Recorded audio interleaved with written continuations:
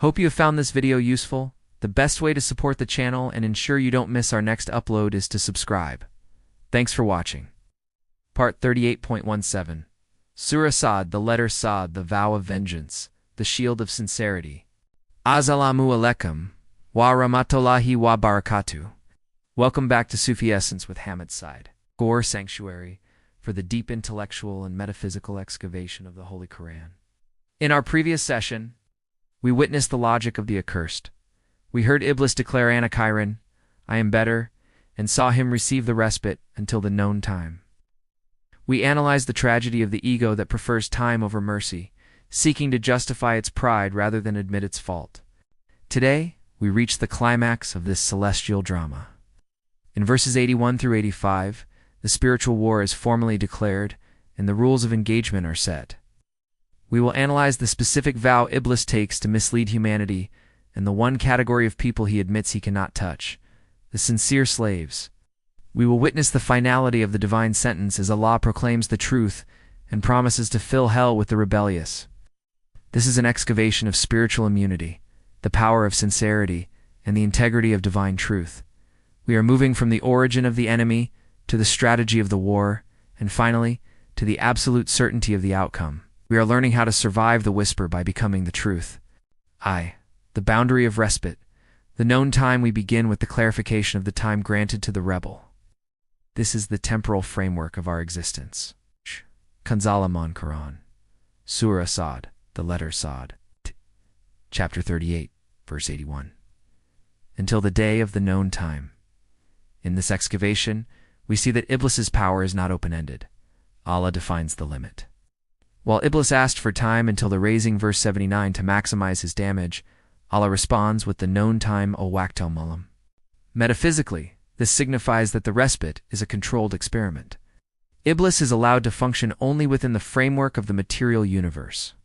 The known time is the moment the trumpet is blown, and the world of tests vanishes like a dream. This reminds us that evil is a temporary phenomenon. It has a beginning and a definitive expiration date. For the believer, this provides hope. The whispers, the trials, and the shadow of the accursed are all bound by a clock that only Allah controls. We are living in the respite, and our task is to ensure we do not waste this known time in the service of the one who is already doomed. 2. The paradoxical oath. Swearing by divine honor now, the rebel reveals his strategy. He uses the very honor of Allah as the basis for his vow of total destruction. Kanzalaman Quran. Surah Saad, the letter Saad, chapter 38, verse 82. He, Iblis, said, By your honor, then, I will surely mislead them all. In this excavation, we witness the psychological paradox of disbelief. Iblis swears by Allah's Izzah, honor, might, grandeur. He knows Allah is mighty. He knows Allah is the truth, yet he uses that recognition to fuel his spite. He is the original toxic scholar who uses knowledge of the divine to facilitate his own ego. Metaphysically, Iblis is saying, Because you are the mighty and the sovereign, and because you have granted me this time, I will use every second of it to prove that this creature of clay is unworthy of your breath. The word agwayanahum, I will surely mislead them, implies a deliberate act of making the great news appear small, irrelevant, or old-fashioned. He plans to use the logic of fire to cloud the vision of the soul. He is not attacking Allahum. He knows he cannot touch. He is attacking the mirror of Allah, which is the human heart. He wants to stain the mirror so it can no longer reflect the light. 3. The divine immunity. The sincere slaves amidst his vow of total destruction. Iblis is forced to admit a fundamental limitation to his power. There is a divine fortress he simply cannot enter, no matter his skill. Kanzalaman Quran. Surah Saad, the letter Saad. Chapter 38, verse 83. Except those among them who are your sincere slaves. This is the most critical verse for the seeker of truth. The word used is Mukhlasin, the sincere, the purified. In Sufi Excavation, there is a massive difference between the Mukhlas one who tries to be sincere, and the Mukhlas one whom Allah has purified and chosen for himself. Metaphysically, sincerity is the ultimate shield. Iblis can only mislead those who have a hook in their hearts, a piece of hidden pride, a love for material status, or an I that wants to be better. But the Mukhlas is a slave who has emptied their clay of everything except Allah. There is nothing for Iblis to grab onto. Sincerity is not just a moral quality. It is an ontological protection. If your heart is full of the One, there is no room for the whisperer. Iblis admits that his fire cannot consume the light of sincerity. To be safe, we must not be more, we must be less. 4. The proclamation of truth. The divine affirmation, Allah responds to the rebel's vow with a statement that establishes the absolute reality of the spiritual law. This is the definitive rebuttal to the devil's obsession. Kanzel Ayman, Quran, Surah Saad, the letter Saad, chapter 38, verse 84. Said Allah, then the truth is, and I speak the truth, in this excavation. We analyze the repetition and weight of Al-Haqq, the truth. Allah is the truth, He speaks the truth, and He judges by the truth. This is a direct rebuttal to the false logic and materialist opinions of Iblis. Metaphysically, Allah is asserting that the outcome of this war is already written in the very fabric of reality. Iblis may have his logic of fire, but Allah has the law of truth. This verse serves as a grounding force for the believer. In a world full of fake news, Iblisian whispers, and social media deceptions, the only anchor is the truth spoken by the Aziz. It reminds us that no matter how loud the rebellion or how widespread the delusion, the truth remains unshaken, supreme, and inevitable. We do not need to invent our own truth. We need to align ourselves with the truth. The final sentencing. The fullness of justice. The drama of the heavens concludes with a definitive promise of consequence. The choice of the slave determines their final destination. The dispute is settled by the destiny of the soul. Kanzal Ayman, Quran, Surah Saad, the letter Saad, chapter 38, verse 85. That I will surely fill hell with you and with all those who follow you. This is the evil return we analyzed in verse 55. Allah promises to fill Jahannam hell with the rebel and his followers. In this excavation, the word Amliana, I will surely fill, signifies the fullness of justice. Hell is the natural habitat for the fire of pride. If a person chooses to follow the logic of Iblis, they are choosing to join him in his destination. It is a matter of spiritual gravity. Arrogant soul is heavy with self and falls toward the fire, while the sincere soul is light and rises toward the breath. This verse is the final word on the dispute. The assembly is dismissed. The war is ongoing on the earthly plane, and the end is certain. Sincerity leads to the breath. Arrogance leads to the pit. Detailed excavation.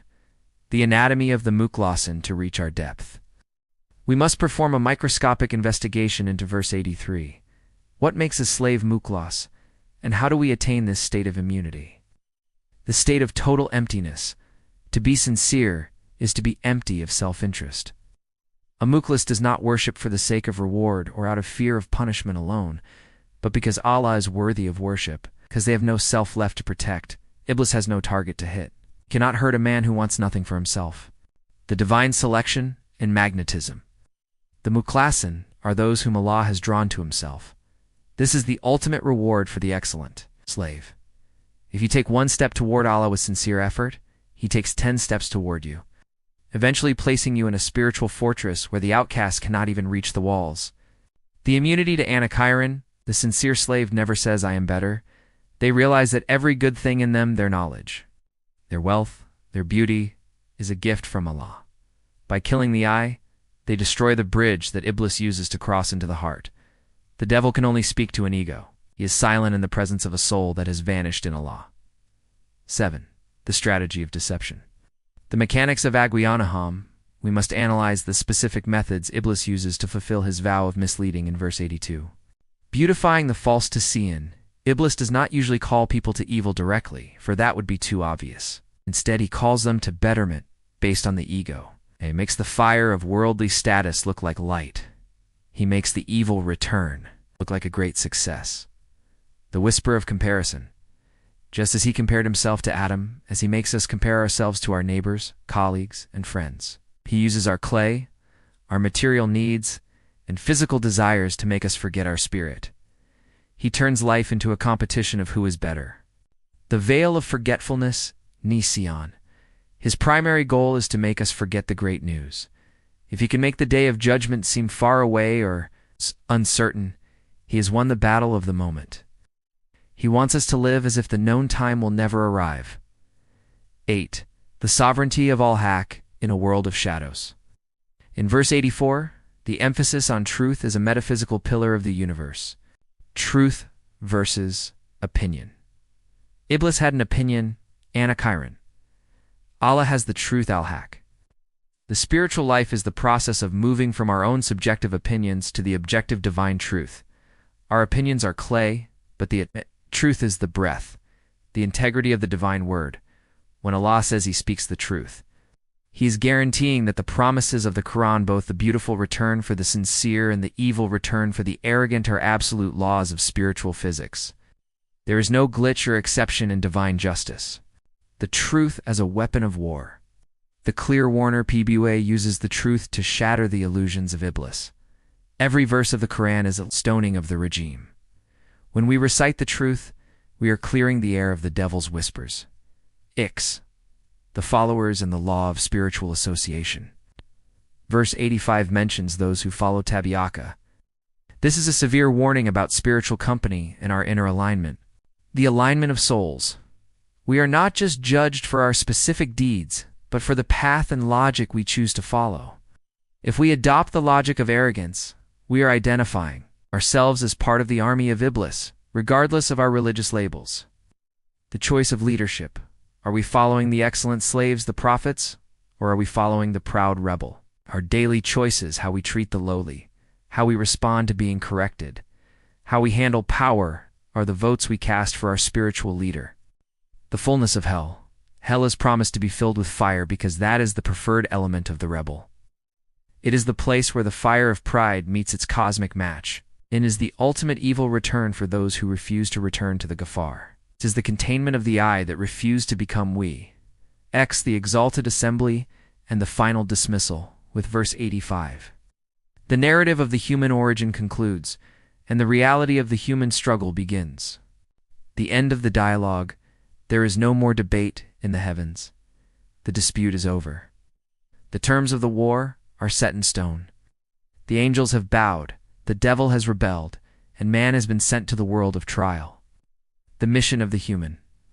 We now know our origin, clay and spirit, our enemy Iblis, our shield sincerity, and our destination truth. We are no longer in the dark about our purpose. We are the great news in motion. The weight of responsibility. The great news is now a heavy responsibility.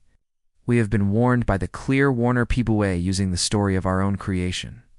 To turn away now is to choose the path of the outcast with full knowledge. She, the metaphysics. Of the known time and personal urgency, the illusion of forever. Iblis acts as if his respite is an eternity, and many humans fall into the same trap. But the known time is a reminder that the window of opportunity for the human soul is narrow. Our personal known time is our last breath. The divine patience. Allah allows the enemy to work because the known time is part of the divine proportion. Everything is balanced. The evil of Iblis is allowed only so that the virtue of the sincere can be made manifest. The test is the only way to distinguish the Mukhlas from the Mutakabbir, the arrogant. The power of the rebel's oath. Swearing by might, by swearing by Allah's Izzah, Iblis acknowledges that he has no power of his own. Even his misleading of humanity is only possible because Allah is the source of all power and has allowed this test to exist for the purpose of human growth. The rebel's honesty in the presence of God. Iblis is surprisingly honest when speaking directly to Allah. He admits his goal is to mislead, and he admits his inability to touch the sincere. This honesty of the accursed serves as a combat manual for the believer. He has told us exactly what he will do and where he will fail. Our only job is to stay in the zone where he fails. 13. The sincere slaves as the practical goal of Sufism. The process of purification tasfiyah. The path of the seeker is to move from the eye of Iblis to the sincerity of the Mukhlasin. This requires the constant removal of the dust of the world from the mirror of the heart. The mirror without dust, a sincere heart, is a mirror that reflects only the divine presence. When Iblis looks into such a heart, he finds no reflection of himself. He sees only the honor of Allah, by which he swore, and he is forced to flee in terror. The protection of the spirit, the breath of Allah, verse 72, is the actual source of this sincerity. When we connect with our true spirit through dhikr remembrance, we are residing in a rank that is exalted beyond the reach of the fire of temptation. 14. The final filling. A universe of absolute justice, no empty space in the decree. Allah promises to fill hell. This means that every act of arrogance and every follower of falsehood has a designated place. The universe is not a random collection of accidents. It is a perfectly accounted for ledger. The harmony of truth, filling of hell, is the restoration of cosmic balance. It is the final removal of the fire of rebellion from the presence of peace. It ensures that, in the end, only the truth remains. 15. Conclusion. The strategy for the human soul. These 5 verses provide the tactical blueprint for salvation in a world of distraction. Recognize the enemy. He is real. He is motivated by ancient spite, and he has time until the known time. Identify the weakness. He admits he cannot touch the sincere. This is the only blind spot in the devil's vision. Trust the outcome. Allah is the truth. He speaks the truth, and the destination of the rebellious is certain. There is no doubt in the finality of justice. Gum the Mukhlas. The only way to win the war is to surrender the self so completely that Iblis finds no eye to deceive. We must return to the state of clay that is perfectly receptive to the breath. Hadith. The Messenger of Allah, peace be upon him, said, Satan flows through the human being like the flowing of blood. So, tighten his passages with hunger, fasting, and remembrance. Bukhari Muslim. This hadith excavates the nature of the whisper mentioned in verse 82. Iblis swore to mislead all, and his method is internal, flowing through our very veins and nervous systems. But the sincere slaves of verse 83 are those who tighten the passages through devotion, fasting, and the constant remembrance of Allah. If the blood is pure with the name of Allah, the rebel finds no passage to flow through and is forced to exit the vessel. Let us now supplicate, drawing from the profound lessons of these verses, asking Allah to grant us a deeper understanding and to guide our every step. O Allah, the truth who speaks only the truth, we seek your refuge from the vow of Iblis and his army of whispers that seek to steal our peace. O Allah, make us of your sincere slaves Mukhlasin, whom the accursed cannot mislead even for a moment. Purify our hearts from the fire of pride and the logic of superiority that leads to the pit, O Allah. Protect us from following the path of the outcast, and save us from being among those with whom hell is filled. Let our known time on this earth be spent in your beautiful return, and count us among those who remain faithful to the great news despite the shadow of the tempter. Let us be light as the breath, not heavy as the prideful clay. May Allah illuminate your heart and mind with the light of this divine ilm. May He make your channel a beacon of guidance for all who seek spiritual clarity and truth. May your efforts be a source of immense reward, and may you be granted the highest stations of paradise. May the peace and blessings of Allah always be upon you and your loved ones. May He grant you unwavering steadfastness on the path of truth. And may your work be a testament to His magnificent names, Ar Rahman and Ar Rahim. Amin.